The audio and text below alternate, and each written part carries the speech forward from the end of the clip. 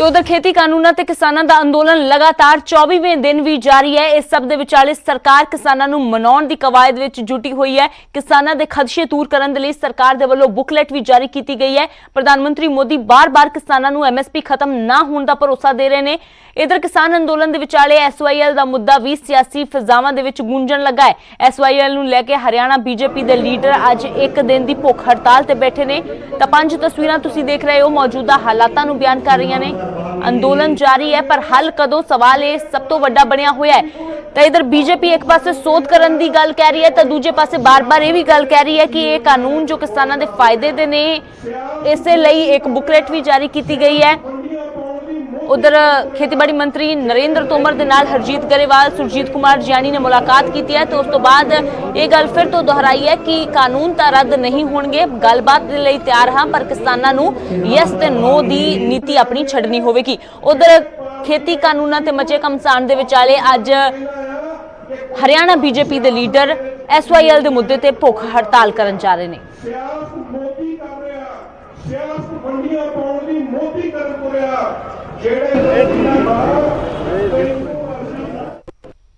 उधर हरियाणा के मुख्यमंत्री ने भी किसानों को अपील की है कूड़ प्रचार तो बचन दे लई कहा। देश के किसान कूड़ प्रचार तो बचन।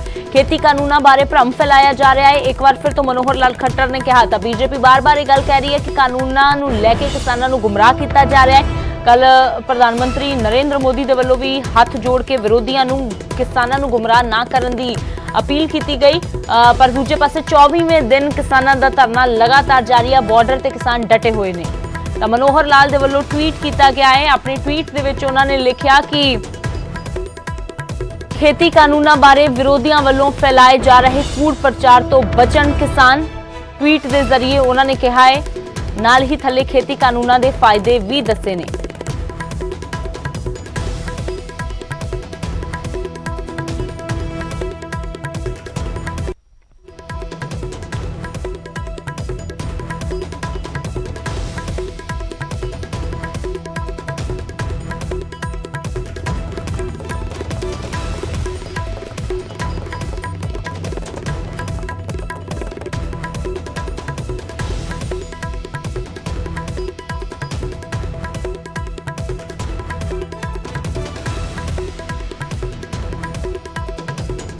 उधर सीधा लै चलते हैं तुहानूं प्रधानमंत्री नरेंद्र मोदी उद्योगपतियों के नाल गलबात कर रहे हैं। संबोधन दौरान की कुछ कह रहे हैं, आओ सुनते हैं।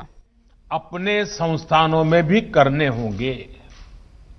जितनी लिबर्टी, जितना इंक्लूजन, जितनी हैंड होल्डिंग, जितनी ट्रांसपेरेंसी आप सरकार से, सोसाइटी से चाहते हैं, उतना ही इंडस्ट्री के भीतर विमेन के लिए, युवा टैलेंट के लिए, छोटे उद्योगों के लिए हम सबको सुनिश्चित करना ही है।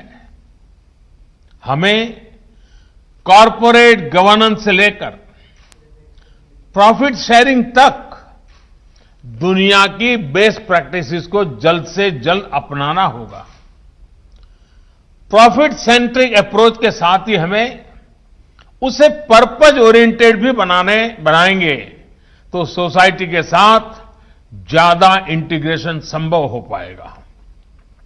साथियों, आपसे बेहतर ये कौन समझ सकता है कि ऑनेस्ट ओपिनियन का बेहतर डिसीजन मेकिंग में कितना बड़ा रोल होता है। कई बार हमें लोग मिलते हैं, कहते हैं कि ये शेयर बढ़िया है, ये सेक्टर बढ़िया है, इसमें इन्वेस्ट कर दो। लेकिन हम पहले ये देखते हैं कि वो सलाह देने वाला, तारीफ करने वाला खुद भी उसमें इन्वेस्टमेंट कर रहा है या नहीं कर रहा है। यही बात इकोनॉमीज पर भी लागू होती है। आज इंडियन इकोनॉमी पर दुनिया को भरोसा है, इसके प्रमाण है। पैंडेमिक के दौरान जब पूरी दुनिया इन्वेस्टमेंट के लिए परेशान है, तब भारत में रिकॉर्ड एफडीआई और पीएफआई आया है। दुनिया का ये कॉन्फिडेंस नए स्तर पर पहुंचे, इसके लिए डोमेस्टिकली भी हमें अपने इन्वेस्टमेंट को कई गुना बढ़ाना है। आज आपके पास हर सेक्टर में इन्वेस्टमेंट के लिए संभावनाएं भी हैं और नए अवसर भी हैं। साथियों, निवेश का एक और पक्ष है जिसकी चर्चा आवश्यक है। ये है research and development, R&D। R&D पर होने वाला निवेश। भारत में R&D पर निवेश बढ़ाए जाने की बहुत जरूरत है। अमेरिका जैसे देश में जहां R&D पर 70% निवेश प्राइवेट सेक्टर का होता है, हमारे यहां इतना ही पब्लिक सेक्टर द्वारा किया जाता है। इसमें भी एक बड़ा हिस्सा IT, फार्मा और ट्रांसपोर्ट सेक्टर में है। यानी आज जरूरत यह है कि R&D में प्राइवेट सेक्टर की भागीदारी बढ़े। कृषि, डिफेंस, स्पेस, एनर्जी, कंस्ट्रक्शन, यानी हर सेक्टर में हर छोटी बड़ी कंपनी को R&D के लिए एक निश्चित अमाउंट तय करना चाहिए। साथियों, आज जब लोकल को ग्लोबल बनाने के लिए हम मिशन मोड पर आगे बढ़ रहे हैं, तो हमें हर जियो पॉलिटिकल डेवलपमेंट पर तेजी से रिएक्ट करना होगा। ग्लोबल सप्लाई चेन में आने वाली किसी भी अचानक आई डिमांड को भारत कैसे पूरा करेगा, इसके लिए एक प्रभावी मैकेनिज्म होना जरूरी है। इसमें आप विदेश मंत्रालय की भी मदद ले सकते हैं। कोविड से इस संकट काल में हमने देखा है कि विदेश मंत्रालय के पूरे नेटवर्क का बेहतर उपयोग होने से किस तरह हम तेजी से अपने लक्ष्य हासिल कर सकते हैं। विदेश मंत्रालय, कॉमर्स एंड ट्रेड और एसोचैम जैसे इंडस्ट्री के संगठनों के बीच बेहतर तालमेल आज समय की मांग है। मैं आपसे आग्रह करूंगा कि ग्लोबल ट्रांसफॉर्मेशन पर तेजी से रिएक्ट करने के लिए, तेजी से रिस्पॉन्स करने के लिए मैकेनिज्म बेहतर कैसे हो, इसके लिए आप हमें अवश्य अपने सुझाव दें। आपके सुझाव मेरे लिए बहुत मूल्यवान हैं।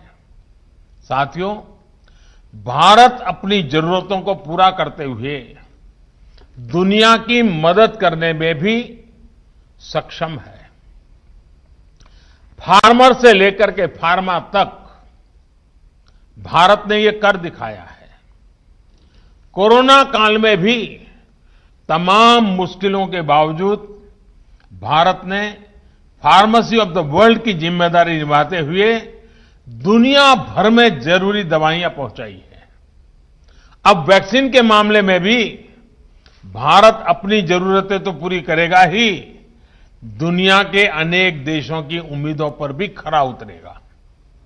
साथियों, रूरल और अर्बन डिवाइड को कम करने के लिए जो प्रयास सरकार बीते 6 सालों से कर रही है, इंडस्ट्री उन प्रयासों को मल्टीप्लाई कर सकती है।